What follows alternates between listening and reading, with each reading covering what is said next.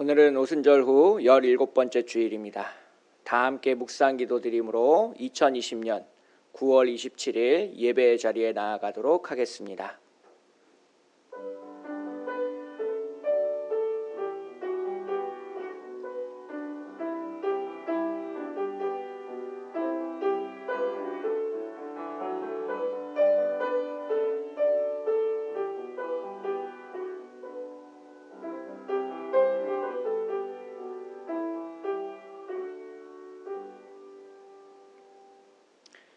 여호와여, 이제 내가 주께서 내게 주신 토지 소산의 만물을 가져왔나이다 하고 너는 그것을 내 하나님 여호와 앞에 두고 내 하나님 여호와 앞에 경배할 것이며 내 하나님 여호와께서 너와 내 집에 주신 모든 복으로 말미암아 너는 레위인과 너희 가운데 거류하는 객과 함께 즐거워할지니라. 아멘. 다 함께 자리에 일어나셔서 찬송가 70장을 부르시겠습니다.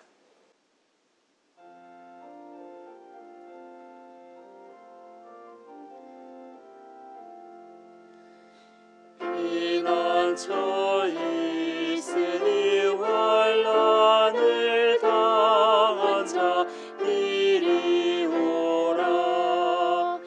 땅들이 변하고 물결이 일어나 산 위에 넘치되 두렵잖네. 이방이 떠들고 나라들 모여서 진동하나. 우리 주 목소리 한 번만 바라며 천하의 모든 것 망하겠네. 만유주 하나님 우리를 도우니 피난처요. 세상의 난리를 그치게 하시니 세상의 장엄이 쓸데없네. 높으신 하나님 우리를 구하니 할렐루야. 괴로움이 심하고 환난이 극하나 피난처 되시는 주 하나님.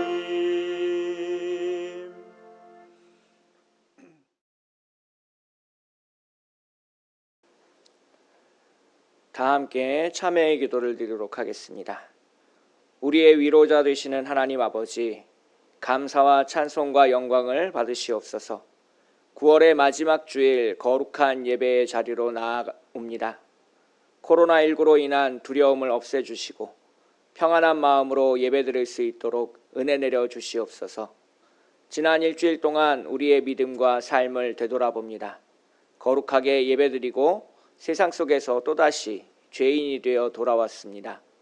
험한 말로 상처를 주었고 하나님을 의지하지 않고 걱정하며 살았습니다. 내 욕심과 정욕을 채우는 데만 최선을 다했습니다.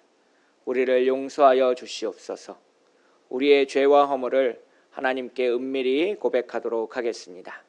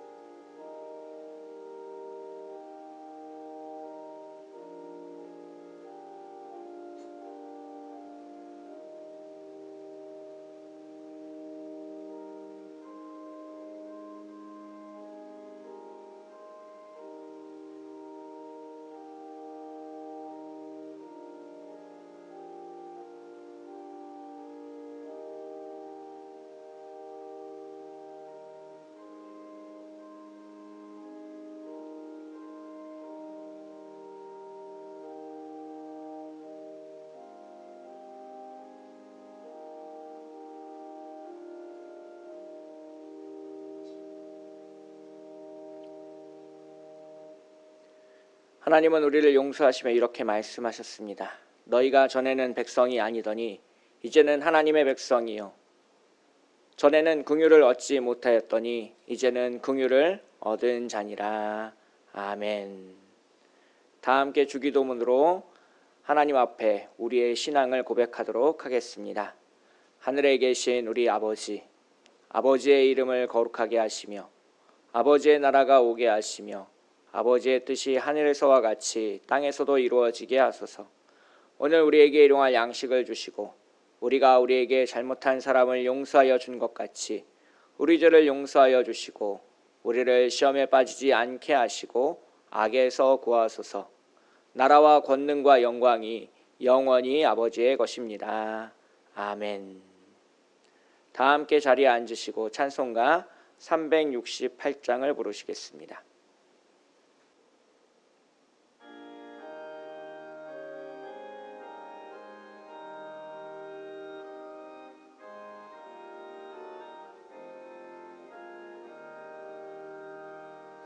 주 예수여 은혜를 내려주사 보충 많게 하옵소서.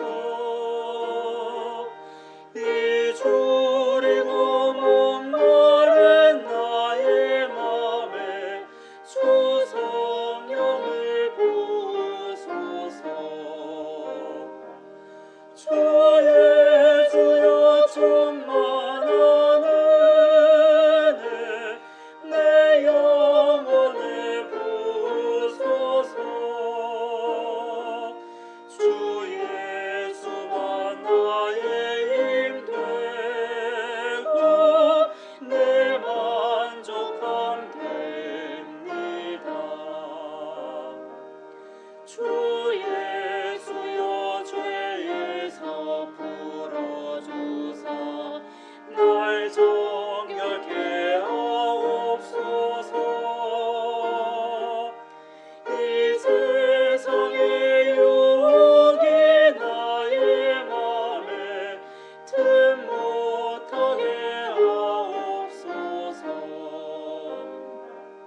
주 예수여 충만한 은혜 내 영혼에 부으소서. 주 예수만 나의 힘 되고 내 만족함 됩니다. 옛 야곱이 천사와 씨름하던 그 믿음을 주옵소서. 이 세상의 물결이 흉흉해도 날 평안케 하옵소서. 주 예수여 충만한 은혜 내 영혼에 부으소서. 주 예수만 나의 힘 되고 내 만족함 됩니다. 주 예수여 완전한 주의 사랑 나 받기를 원합니다. 그 사랑이 내 맘에 충만하여 날 기쁘게 하옵소서. 주 예수여 충만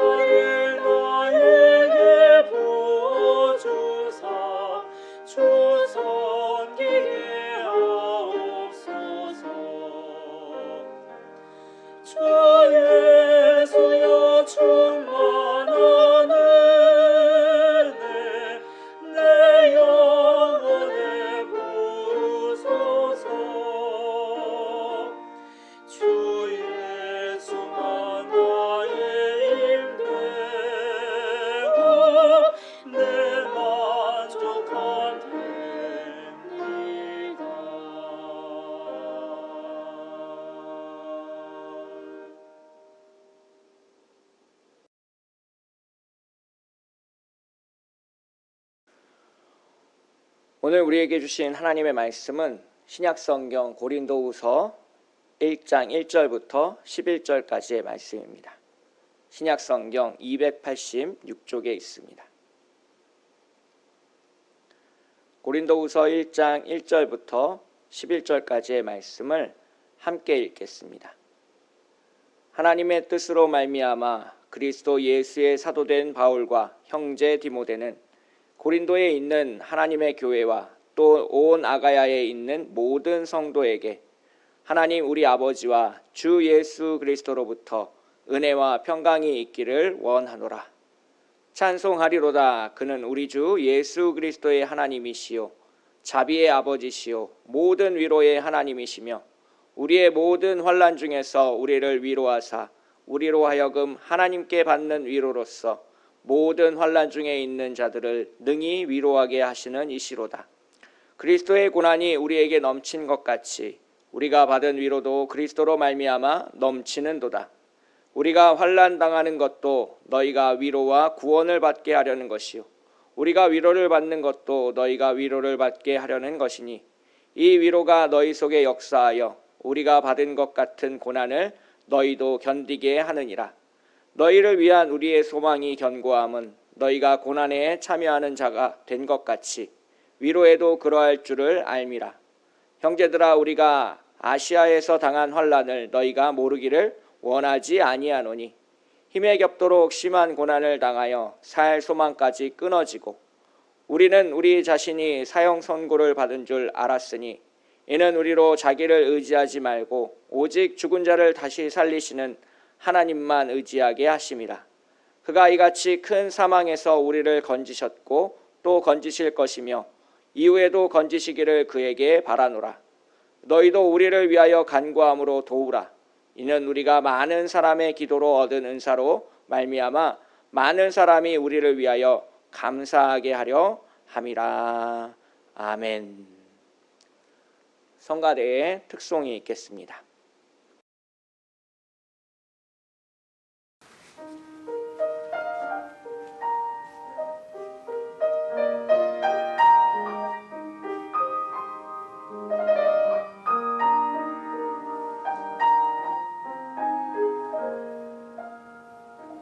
주의 은혜 내 영혼에 임하네 평안 얻네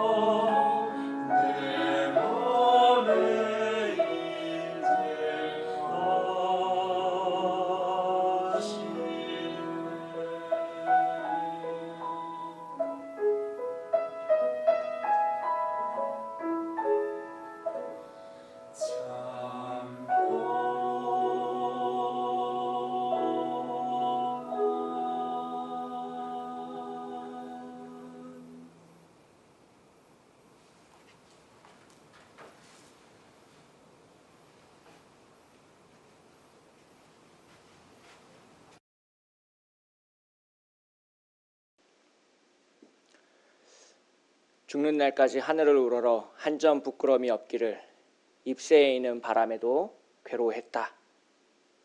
우리가 잘 알고 있는 시인 윤동주님의 서시입니다.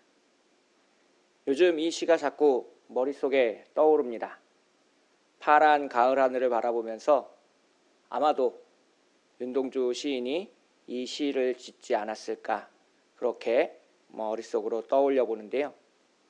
시인 윤동주는 1942년 일본 도쿄에 있는 대학으로 유학을 떠나게 됩니다.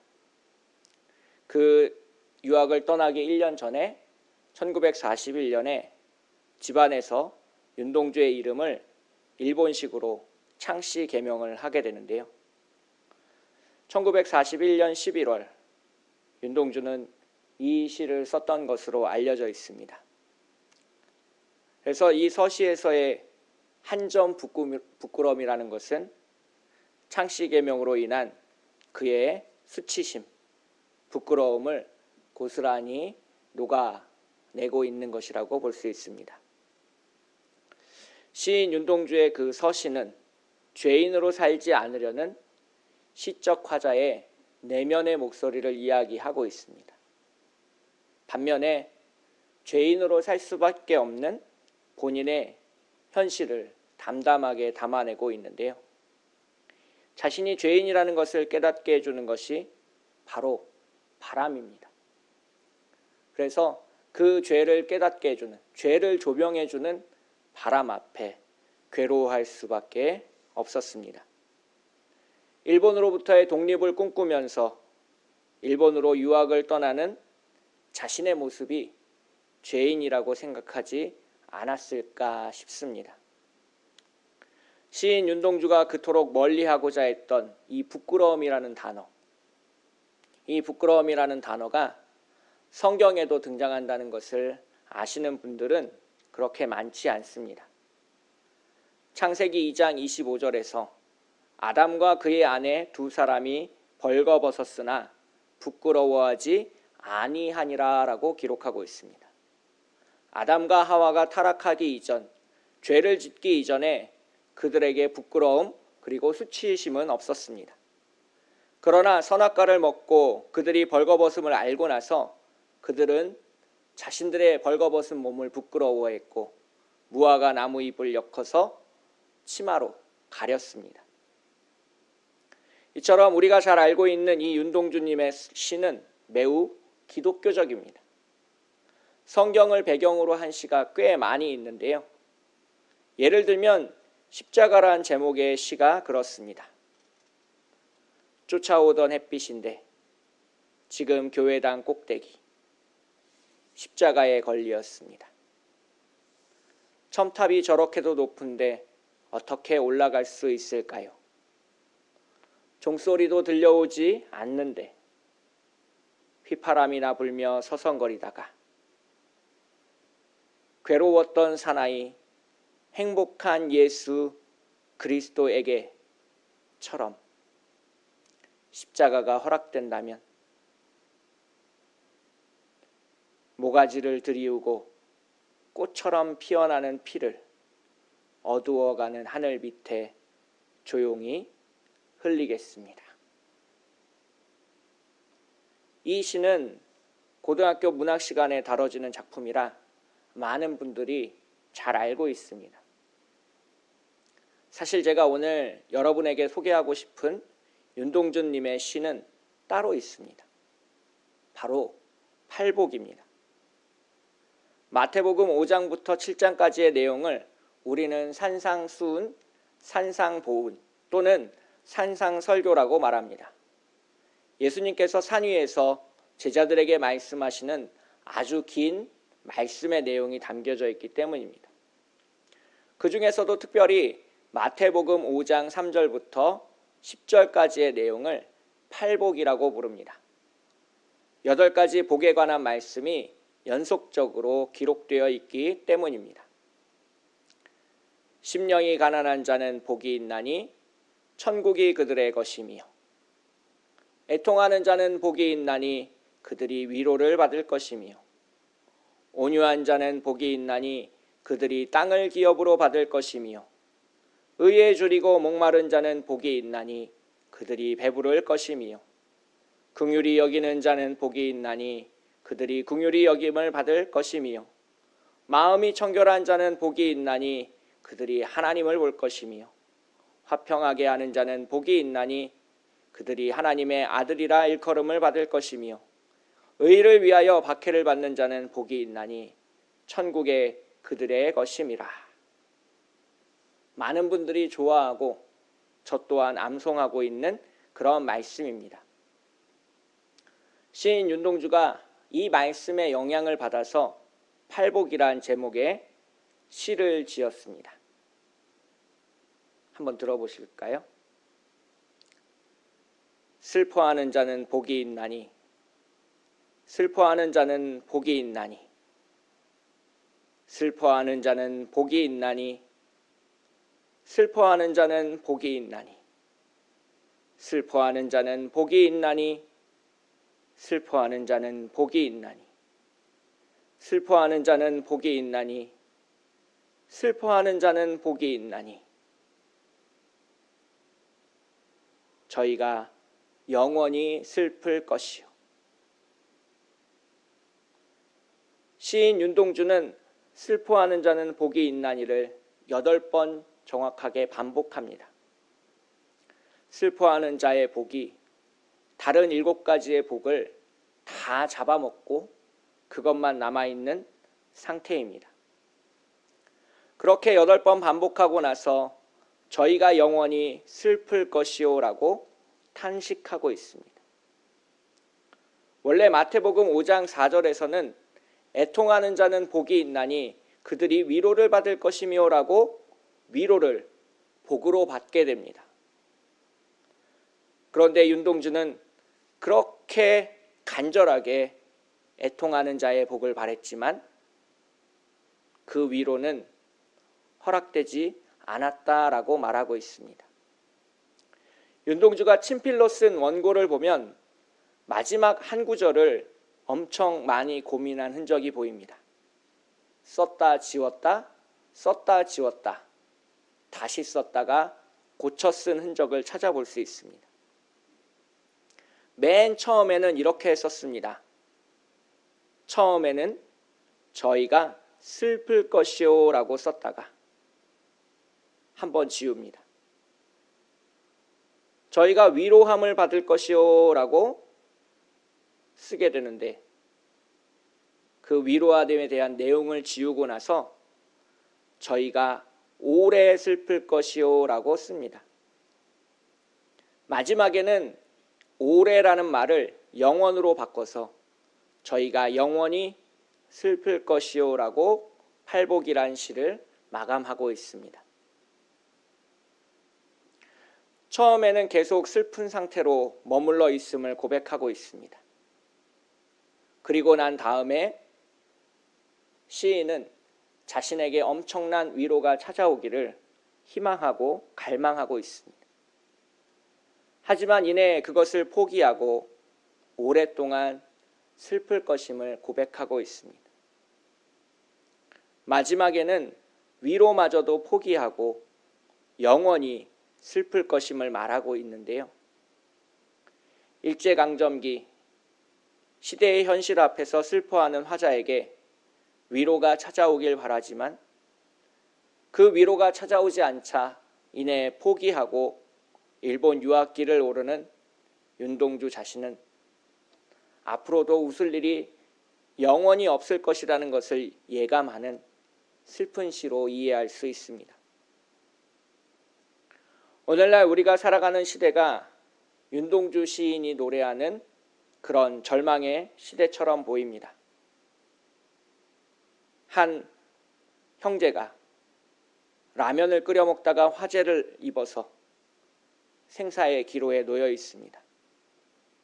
올해 서울 시내에서만 2만여 개의 업소가 폐업을 신청했다는 뉴스도 들었습니다. 아이들은 학교를 가지 못하고 어른들은 전염병이 두려워 사람들을 만나길 꺼려합니다. 우울증을 고백하는 사람이 늘었고 삶은 더욱 퍽퍽해져 가고 있습니다. 사회, 정치, 경제 어디를 둘러보아도 희망은 보이지 않는 그런 시대를 살아가고 있습니다. 교회라도 희망을 이야기할 수 있어야 되는데 빈센트 반 고흐가 그리고 있는 별 해는 밤에 나오는 것처럼 교회당의 불빛은 꺼져 있습니다. 이런 시대 가운데서 뭐라고 하나님의 말씀을 전해야 될까요? 슬퍼하고 힘들어하고 있는 사람들에게 무엇이라 전해야 될까요? 애통해하고 있는 윤동주와 같은 사람에게 성경은 무엇이라 말하고 있을까요? 오늘 본문 3절, 4절을 다시 한번 읽어보겠습니다. 찬송하리로다. 그는 우리 주 예수 그리스도의 하나님이시요 자비의 아버지시요 모든 위로의 하나님이시며 우리의 모든 환난 중에서 우리를 위로하사 우리로 하여금 하나님께 받은 위로로서 모든 환난 중에 있는 자들을 능히 위로하게 하시는 이시로다. 이 짧은 두 절에서 사도 바울은 위로라는 말을 4번이나 반복하고 있습니다. 하나님은 위로의 하나님이시다. 하나님께서 환난 중에 우리를 위로하신다. 우리가 받은 위로로서 다른 사람들을 위로하게 하신다. 하나님께서 우리를 위로하신다. 하나님께서 우리를 격려하신다. 하나님께서 우리를 감싸 안아주신다라는 것을 예수님의 말씀을 통해서도 알 수 있습니다. 요한복음 14장을 보시면 보혜사라는 말이 나오는데요. 우리를 위로하시는 성령님을 일컬을 때 쓰는 단어입니다. 요한복음 14장 15절 16절을 보시면 보혜사에 대해서 예수님이 이렇게 말씀하셨습니다. 내가 너희에게 구하겠으니 그가 또 다른 보혜사를 너희에게 주사 영원토록 너희와 함께 있게 하리니 그는 진리의 영이라. 세상은 능히 그를 받지 못하나니 이는 그를 보지도 못하고 알지도 못함이라. 그러나 너희는 그를 아나니 그는 너희와 함께 거하시며 또 너희 속에 계시겠음이라. 요한복음 14장에 나오는 이 보혜사라는 단어의 원어가 파라클레이토스입니다. 이것을 우리말로 옮기면 위로, 권면이 됩니다. 이 단어가 고린도 후서 1장에서 위로로 번역되어져 있는데요. 바로 보혜사 성령님께서 우리와 영원토록 함께 계시고 보혜사 성령님께서 진리의 영이시고 보혜사 성령님께서 우리를 위로하시고 보혜사 성령님께서 우리를 살펴보고 계신다라는 것을 이야기하고 있습니다. 다시 말하면 우리는 현실 속에서 생활 속에서 삶 속에서 하나님의 위로를 발견할 수 있습니다. 기도 가운데서 말씀 가운데서 찬양 가운데서 우리와 함께하고 계시는 하나님의 임재를 경험합니다. 하나님께서 부어주시는 넘치는 위로로 오늘을 살아가시기를 축복하겠습니다. 이러한 사실을 우리의 머릿속으로는 잘 알고 있습니다. 하나님이 우리와 함께 하시지. 그래, 하나님이 우리를 위로하시지. 보혜사 성령님께서 우리를 살피시지. 성경을 통해서 머리로는, 지식으로는 잘 알고 있습니다. 그런데 실생활에서는, 우리의 삶 속에서는, 우리의 기도 속에서는, 우리의 찬양에서는 그렇지 않을 때가 너무나도 많습니다. 하나님이 친구처럼 내 옆에 계시다는 것을 모르고 살아가고 있습니다. 더욱 심각한 것은 우리가 실제로는 하나님을 전혀 찾지 않는다는 그러한 현실입니다. 세상 지식에 기대어 살고 부와 명예에 기대어 살고 권력에 기대어 살아가는 것이 우리의 삶의 현실입니다. 어떻게 하면, 무엇을 하면 하나님이 우리의 삶 속에서 그리고 우리와 함께 하신다는 사실을 조금이라도 알 수 있을까요? 알고 싶지 않으십니까? 주님이 내 곁에 계시는 그 느낌, 주님이 나를 어루만져 주시는 그 따뜻함, 어떻게 하면 그런 것들을 우리가 삶 속에서, 일상 속에서 경험하고 느껴볼 수 있을까요? 제가 해본 것 중에 가장 좋은 방법은 하나님을 기도의 자리에 초대하는 것입니다. 이것은 하나님을 상상하기라는 신학적 반복론에 기반을 둔 기도 방법인데요. 방법 자체는 매우 간단합니다. 한 30분에서 1시간 정도 여유 있는 시간을 택하십시오.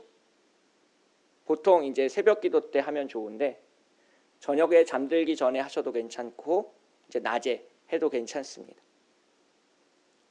식탁과 같은 테이블에 앉아서 기도를 드리는 것이 처음에는 도움이 됩니다.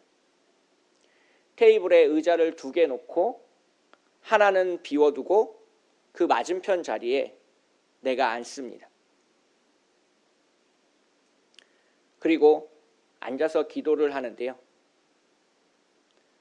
소개팅을 나가서 남녀가 마주 앉아 있듯이 하나님께서 바로 내 앞에 이 식탁 건너편에 저 의자 위에 앉아 계신다는 생각을 가지고 그렇게 상상하면서 기도하는 방법입니다. 처음에는 매우 어색합니다. 잘 상상이 되지 않고요. 어색하고 무슨 말을 해야 될지 잘 모릅니다. 한 일주일 정도 하고 나면 조금씩 적응이 되는데요. 그러면 하나님께 하고 싶었던 말들이 머릿속에 떠오르기 시작합니다. 하나님한테 섭섭했었던 감정, 하나님이 해주셨으면 하는 일들,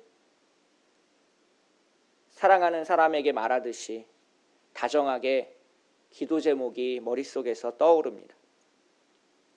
그렇게 말하기를 다 마치고 하나님이 뭐라고 말씀하시는지 가만히 앉아서 기다려봅니다.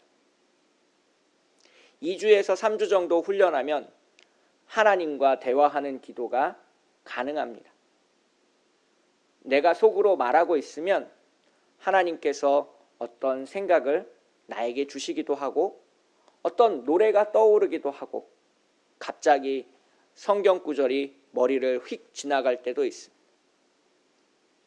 그러면 그것이 무엇인지를 곰곰이 생각해 보는 겁니다. 우리는 이것을 기도 분별이라고 합니다. 밥을 먹을 때 보면 가끔 입안에 돌이 씹힐 때가 있지 않습니까? 쌀에서 돌을 제대로 분리하지 않았기 때문인데요. 우리의 기도 가운데도, 기도 응답 가운데도 그럴 때가 있습니다.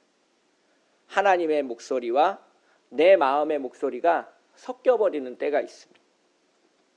그래서 하나님이 하신 말씀을 시간을 두고 곰곰이 돌이 다 가라앉을 때까지 기다려보고 생각해보고 음미해볼 필요가 있습니다.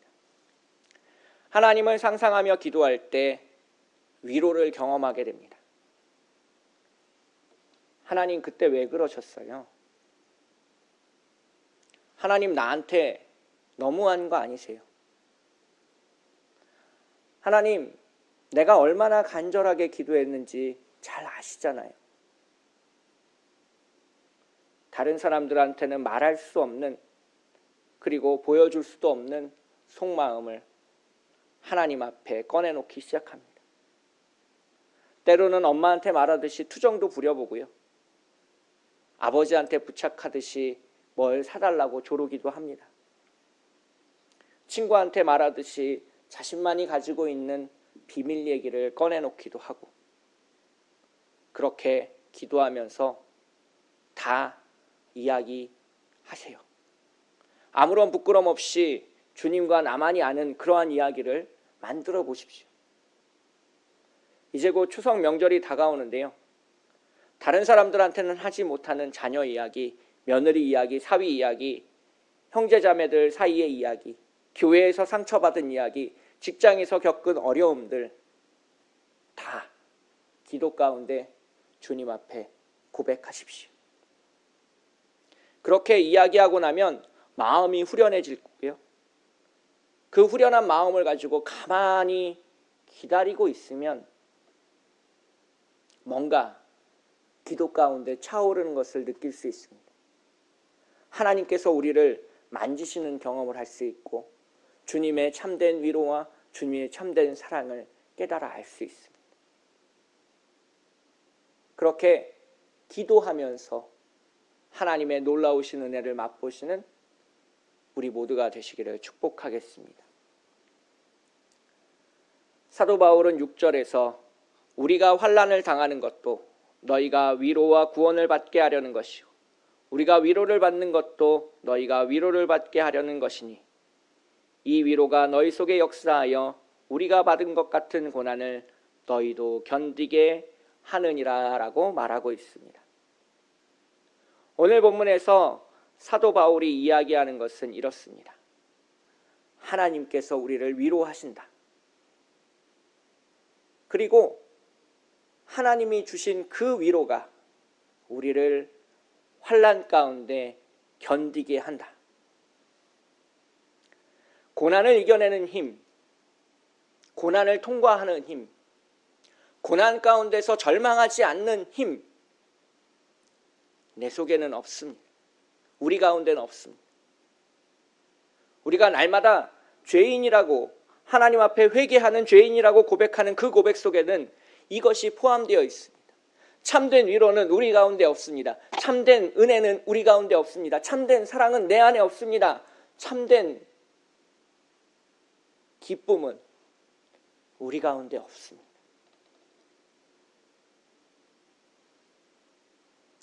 그러니까 여러분, 내 힘으로, 내 능력으로 고난을 이겨내려고 하지 마십시오. 그 문제 가운데, 그 고난 가운데 가만히 머무십시오. 우리에게 고난을 허락하시는 분이 하나님이시라면 그 고난을 견디게 하시는 분도 하나님이시라는 것을 믿으시길 축복합니다. 고난 가운데 있는 사람만이 하나님의 위로를 찾고 발견하고 느낄 수 있습니다. 구하라 그리하면 너희에게 주실 것이요 찾으라 그리하면 찾아낼 것이요 문을 두드리라 그리하면 너희에게 열릴 것이니 구하는 이마다 받을 것이요 찾는 이는 찾아낼 것이요 두드리는 이에게는 열릴 것이니라. 하나님 앞에 고난을 견디게 할 위로를 달라고 기도하십시오. 하나님께서 우리에게 넘치게 부어주셔서 우리로 능히 이기게 해달라고 기도하십시오. 하나님의 위로가 차고 넘쳐서 다른 사람을 도울 수 있게 해달라고 말하십시오. 주님께서 함께 하십니다. 주님이 도우십니다. 양의 목자이신 주님께서 우리의 목소리를 듣고 찾아와 주십니다. 걱정하지 마십시오. 근심하지 마십시오. 고민하지 마십시오. 주님의 위로를 찾으십시오. 문제보다 더 큰 그 주님의 사랑을 믿으시길 축복하겠습니다. 고난 가운데 고난을 넘어 있는 그 하나님의 사랑을 깨달으십시오. 오늘 이 시간 이곳에 하나님께서 우리와 함께 하십니다. 그리고 하나님께서 우리와 함께 하신다면 하나님의 위로가 이 예배 가운데 있습니다. 그것을 경험하십시오. 하나님의 풍성하신 위로가 우리를 견디게 하실 것입니다. 사도 바울은 7절에서 이렇게 말하고 있습니다. 너희를 위한 우리의 소망의 견고함은 너희가 고난에 참여하는 자가 된 것 같이 위로에도 그러할 줄을 알미라. 하나님의 위로에 참여하십시오. 주님의 십자가를 믿으십시오. 우리를 구원하시기 위해 성육신하신 예수 그리스도의 십자가의 사랑을 받아들이십시오. 그 십자가의 사랑을 통해서 우리에게 허락하시는 그 위로에 함께 하시길 축복하겠습니다.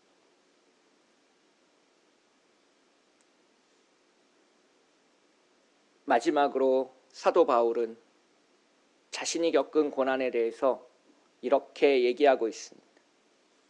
8절입니다. 형제들아, 우리가 아시아에서 당한 환난을 너희가 모르기를 원하지 아니하노니 힘에 겹도록 심한 고난을 당하여 살 소망까지 끊어졌다라고 사도 바울은 고백하고 있습니다. 고린도후서 11장에서는 더 자세하게 말하고 있는데요. 고린도후서 11장 23절부터 27절까지를 보면 사도 바울이 얼마나 많은 고난을 경험했는지 알 수 있습니다. 그들이 그리스도의 일꾼이냐? 정신없는 말을 하거니와 나는 더욱 그러하도다. 내가 수고를 넘치도록 하고 옥에 갇히기도 더 많이 하고 매도 수없이 맞고 여러 번 죽을 뻔하였으니 유대인에게 40에서 하나 감한매를 5번 맞았으며 3번 태장으로 맞고 1번 돌로 맞고 3번 파선하고 일주야를 깊은 바다에서 지냈으며 여러 번 여행하면서 강의 위험과 강도의 위험과 동족의 위험과 이방인의 위험과 시내의 위험과 광야의 위험과 바다의 위험과 거짓 형제 중의 위험을 당하고 또 수고하며 애쓰고 여러 번 자지 못하고 줄이며 목마르고 여러 번 굶고 춥고 헐벗었노라라고 고백하고 있습니다.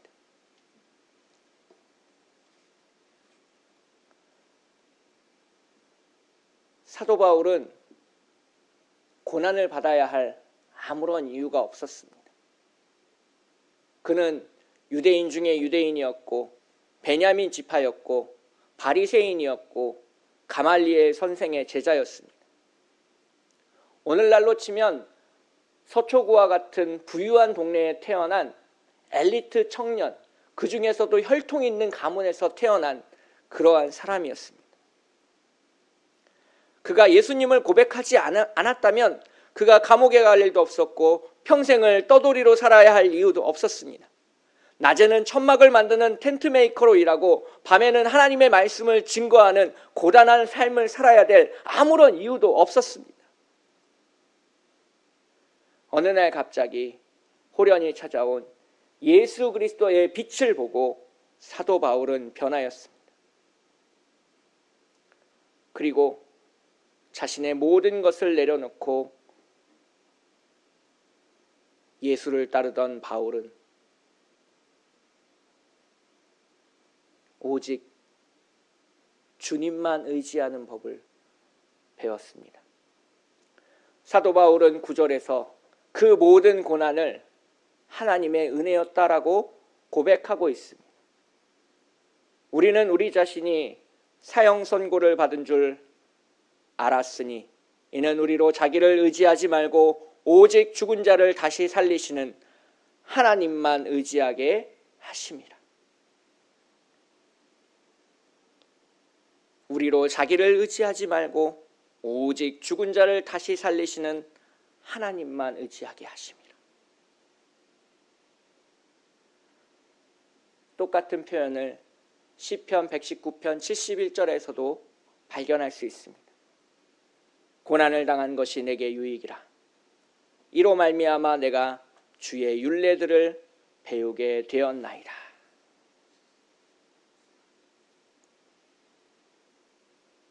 그 고난 가운데서 절망하거나 좌절하거나 쓰러지는 것이 아니라 그 고난 가운데서 우리와 함께 하시는 하나님의 위로를 경험하십시오. 주님을 만나십시오. 주님의 십자가의 그 사랑을 느끼십시오. 주님이 내 옆에 계시다는 사실을 발견하십시오. 그 옆에 계신 예수님께, 성령님께, 하나님께 말을 건네십시오. 힘들었다라고 고백하고 주님이 안아달라고 말하십시오. 그 주님이 우리를 오늘 감싸 안아 주실 것입니다.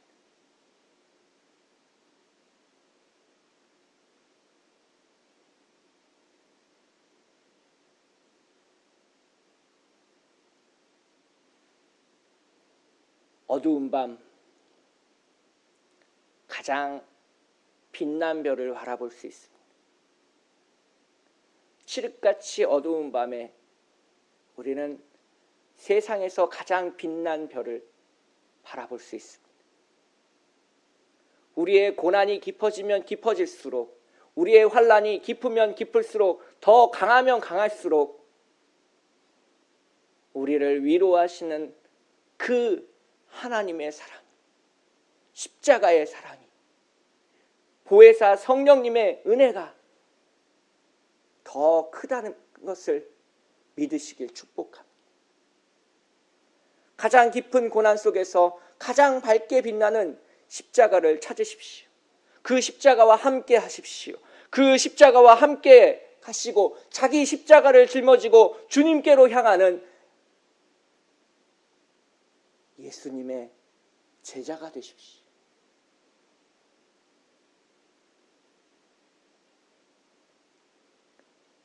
오늘 본문 마지막 10절에서 사도 바울은 이렇게 말하고 있습니다. 그가 이같이 큰 사망에서 우리를 건지셨고 또 건지실 것이며 이후에도 건지시기를 그에게 바라노라.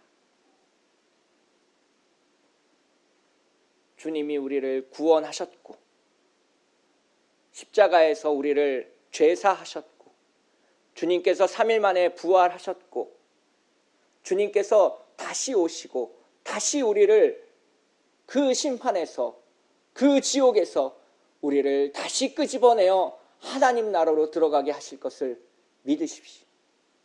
사도 바울에게선 그 구원이, 그 십자가의 사랑이 가장 큰 위로였고 가장 큰 사랑이었고 자신의 모든 삶을 던질 수 있는 보화였습니다.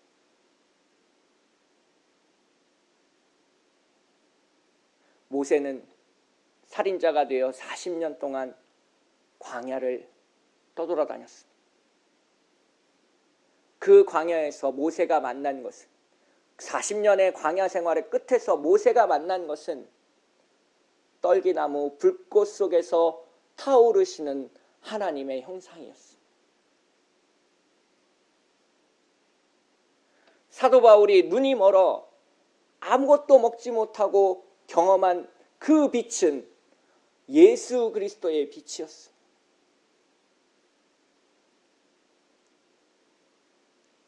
참 위로는 예수 그리스도에게만 있습니다. 참 사랑은 주님의 십자가 안에서만 발견할 수 있습니다. 고난 가운데서 주님의 십자가를 발견하시고 광야길에서 구름기둥 불기둥으로 인도하시는 우리의 하나님을 찾으시고 텅 빈 내 마음에 찾아오시는 보혜사 성령님의 위로를 경험하십시오.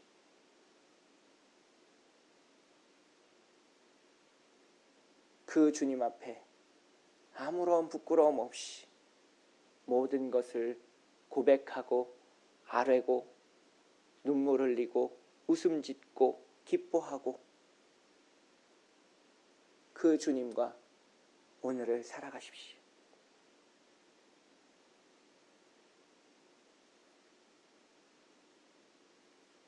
고난보다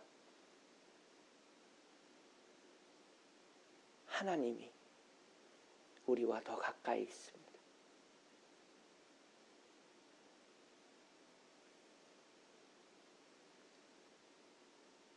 이 절망보다 주님의 사랑이 더 큽니다.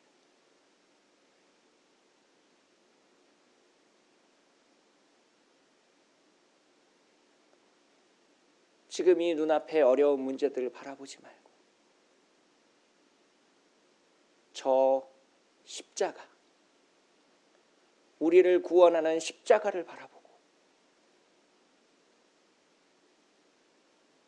그 십자가에서 우리에게 전해지는 참 위로를 경험하는 우리 모두가 되시기를 축복하겠습니다. 함께 기도하겠습니다. 사랑과 은혜가 풍성하신 하나님 아버지, 오늘도 또 죄인의 모습으로 당신 앞에 찾아왔습니다. 고난 가운데 눈물 흘리고 어려움 가운데 원망하고 힘든 세상 가운데서 주님이 우리를 내버려 두신다고 슬퍼했습니다.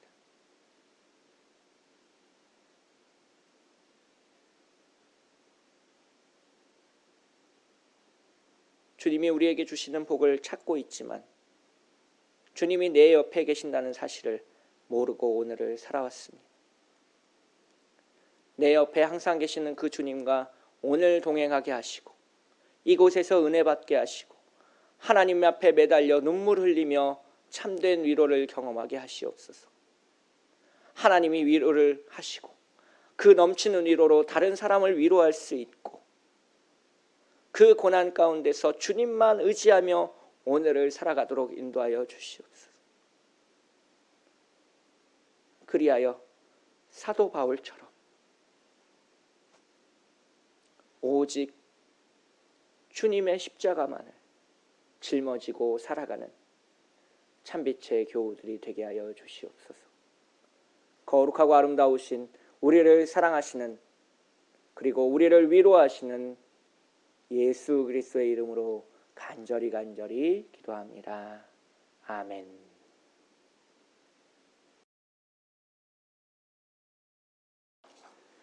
교회 소식을 전하여 드리도록 하겠습니다. 오늘은 오순절 후 16번째 주일입니다. 다음 주일 10월 첫째 주일에는 9시, 11시 이렇게 두 번 모여서 예배를 드리도록 하겠습니다. 새벽 기도와 수요 예배 그리고 금요 심야 예배는 정상적으로 진행 중에 있습니다. 매월 첫째 주일은 선교 구제 주일입니다. 교회가 후원하고 있는 5분의 선교사님들과 선교기관 그리고 어려운 이웃을 위하여 정성을 모아주시기 바랍니다. 온라인으로 헌금하실 수가 있는데 아래 자막에서 나와가는 것 같이 입금하여 주시면 감사하겠습니다. 생명의 삶 10월호가 나왔습니다. 원하시는 분은 집으로 배송해 드릴 테니 저한테 신청해 주시면 감사하겠습니다. 창립 기념주일은 다음 주 매월 첫째 주 당회가 있는데요. 당회를 해서 날짜를 정하고 여러분께 통보하여 드리도록 하겠습니다. 그래서 다음 주일에 이렇게 함께 만나서 예배드리고 기쁨을 나누시고 또 추석 명절 즐겁게 보내시는 참빛의 교우들이 되시기를 축복하겠습니다. 이상으로 교회 소식을 모두 마치고 다 함께 일어나셔서 찬송가 436장 부르시면서 하나님께 영광 올려드리도록 하겠습니다.